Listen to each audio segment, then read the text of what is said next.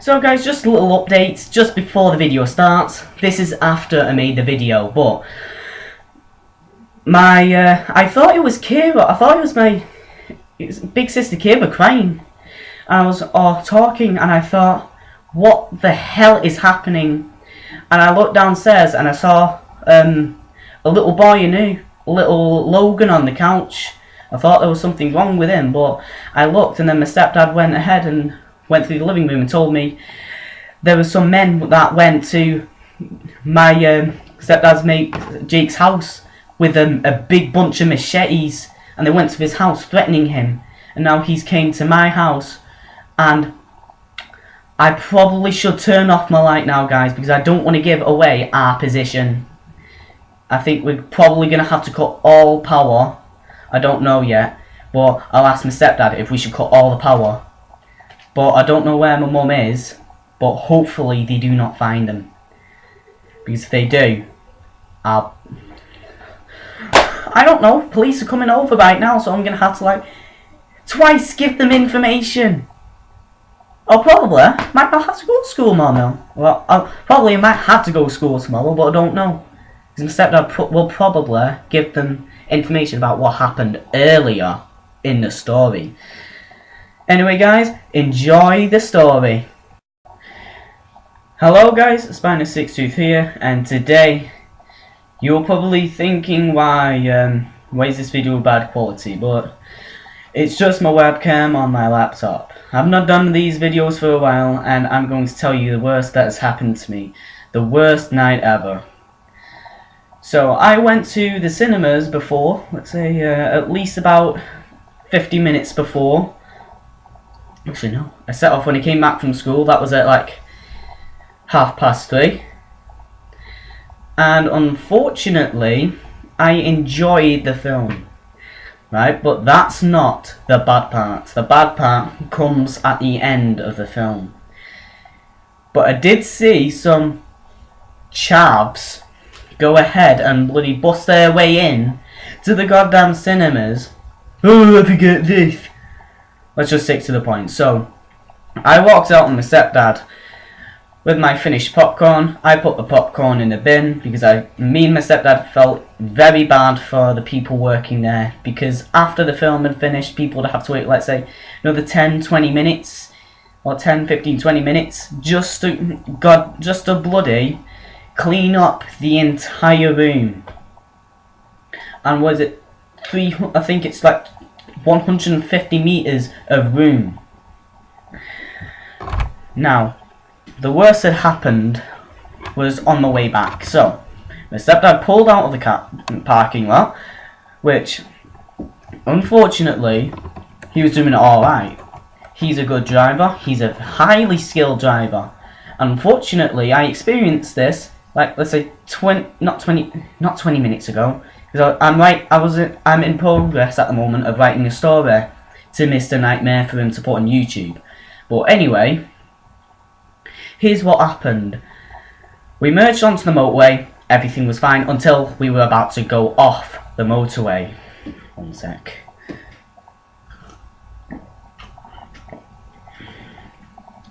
Also, I'm a lucky boy because not only just I get to stay off school, but it's going to be my first time talking to the police about this, because I had witnessed a crime before. And the person, being such an idiot, why Citroen drivers have a bad reputation. Because when we merged into the lane that we had to get off the motorway on, because we weren't allowed to get off the motorway or swerve off the motorway, because people in Britain who do that are absolute morons. Dude, that driver that chased my car down after that needs help. Don't worry guys, I am okay. I have not been harmed, my stepdad has not been harmed, and my beloved Corsa I'm going to get my hands on and get behind the wheel of when I start driving is okay. No damages have been done. I think the engine has been fried a little bit though because of the incident. So, here's what happened. What happened was... What the hell? Well, I heard my stepdad shouting. Anyway, My stepdad came off the motorway to a blue 4x4 which seemed to be a Citroen C4 Cactus, one of those fugly cars with the plastic side panels on the side, well, on the doors.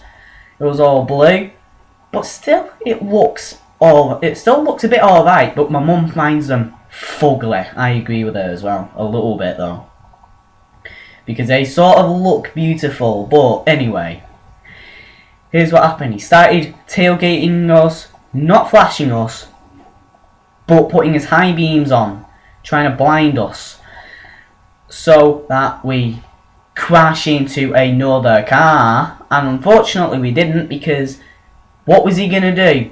Drive in front of us and slam on his brakes, which is brake checking us. And unfortunately my stepdad stopped at the traffic lights when they were green, just to annoy the living crap out of the guy and to tell him, listen, I'm the boss around the... No.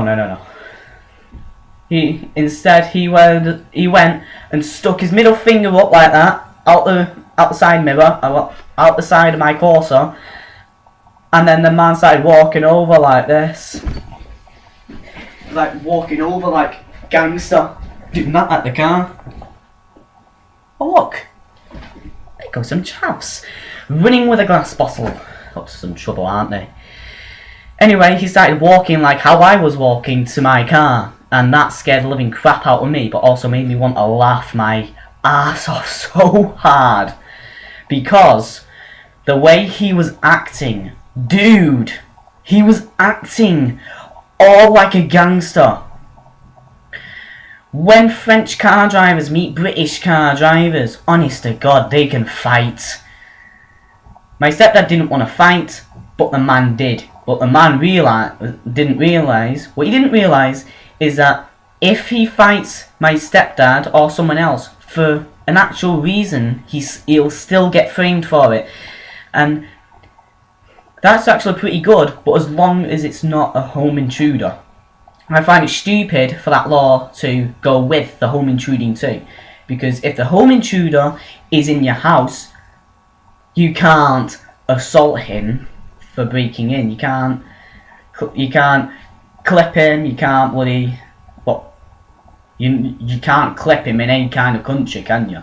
But you can't beat him up or knock him out just until the cops arrive, because in America you can do that, but in Britain's much calmer and more grand, so I have to follow more rules, which is not very hard. But unfortunately, you'd get framed for assault if you did that. But anyway, we went onto the Barton stretch, which led to a village, which is my hometown, called Earlham. And unfortunately, here's what happened. He started tailgating us some more, and this time my stepdad started brake checking him just to make him sort of move out the way or crash or something. But anyway, here's what else happened. Being an ultimate stupid person, but rather reasonable, he did tell this to the police. He was online with the police before and he told this, but he had to run through like 10 or nearly 20 red lights when he was being chased. Honest to God, it was the most hardest thing I could ever be through.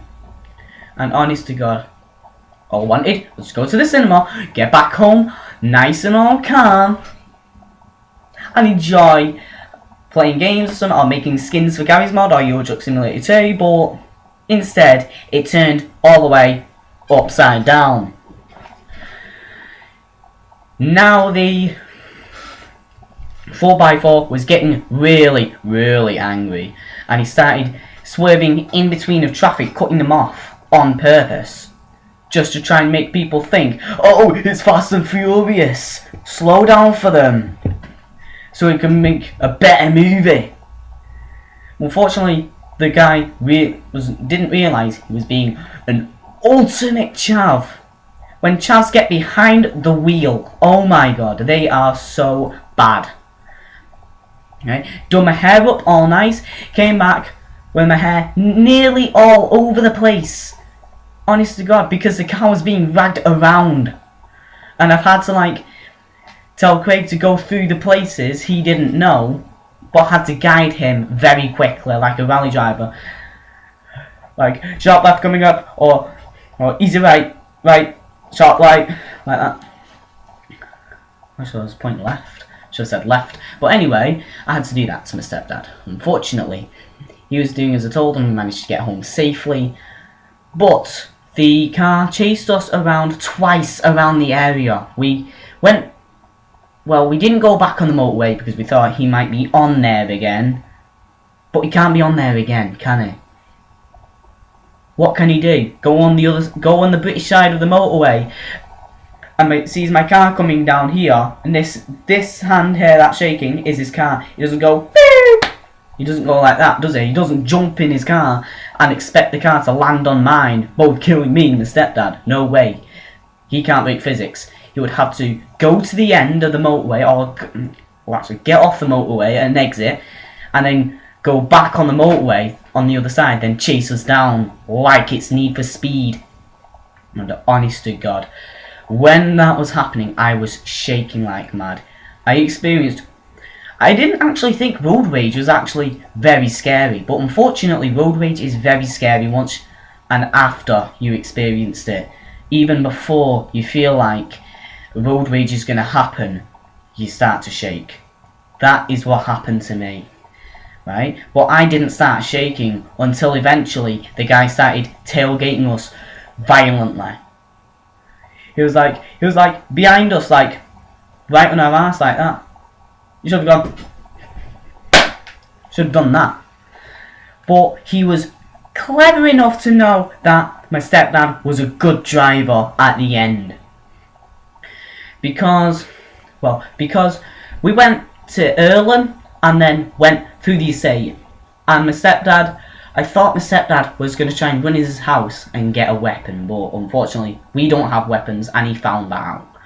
But unfortunately, here is what happened. I thought what seemed to be him trying to run into the house, and I told him, don't you dare go in the house, otherwise he will know our address and then he will break in the middle of the night and try and kill us all. So, just because you gave my address means we're gonna get murdered. Murdered for real. And I would actually tell him what he told me. I know. And then just went speeding down the road. I thought he was gonna go up to the mosque and act like a rally driver, but something told him it's dangerous doing that up there. But more dangerous doing it up the mosque than on the small roads, because there is not enough room for two cars on there, and that is why if you go up the moss, if you live in Earlham and you go up the moss and go past the fisheries, you'll see like a little parking bit. That is there for either a person wanting to park, or typically someone going in there to let another person past, which is one of the both reasons why that's there. But unfortunately, the stepdad couldn't do that. Otherwise, the car would have come speeding down the road. But if he was clever enough to actually notice the car, then you know what? Right, so let's just get to the point. We went back on the Barton stretch, and I insisted Craig on turning my phone on, because I didn't turn it on at least like halfway through the like just at the end of the chase. But unfortunately, here's what happened. I hadn't turned my phone on. I left my phone on just before, like, since I was about to like watch a film. So my phone had been off for at least about, like, let's say 4 hours. Unfortunately, I didn't turn it on for like 3 hours straight after that. But unfortunately, I had to turn it on just in case if he found us again, because his car was quick. But my 2004 Vauxhall Corsa, which is from Need for Speed Underground 2, if you're a serious gamer and have played that game before, you probably would have heard of that car before. But if you're looking to get it in the United States, but you can't. Sorry mate, but you can't. There is one in Japan, but it's an Opel Corsa, or an Opel Vita actually. But my car is a Vauxhall Corsa 1.2 SXI, but it's not a 1.8 like the one in Need for Speed, because they chose to use the most like games used to games like have a massive habit of choosing the most powerful cars, and people are like, why are you adding so much powerful cars? Why don't you add so much? Why don't you add a little bit more cars that are not really that powerful? So they did. Well, anyway, we lost him on the batting stretch, and that was when I turned my phone on to call the police. But unfortunately, we heard tyres squealing out of nowhere. I looked in the mirror, the guy was gone. He disappeared into thin air, or he just probably went and turned into, he probably either crashed and went sideways, causing me to not see his lights, or turned to go to Barton Airport to like give his engine a little rest, because unfortunately, oh, my car's gonna blow up if I drive it too much. You can go on for a full goddamn drive for 4 hours from Manchester to London. What the heck? So we go Trafford, Eccles, Earlham, twice or 3 times. It's not going to kill your car, is it? Because I've been in a car. I've been in the course longer than that. I've been in Manchester, near Manchester Arena, where the terrorist attack happened. Went round there like at least about 5 times, and the car didn't blow up. Obviously, it wouldn't. But I insisted on my stepfather to turn my phone on. Asked him, "Do you want me to turn my phone on just in case if the man finds us again? So then, if he finds us and starts chasing us again, like starts being more aggressive, then I can call the police." Right.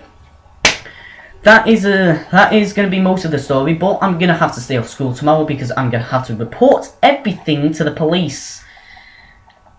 And that was the time I nearly died. Because of one goddamn chav. What the heck?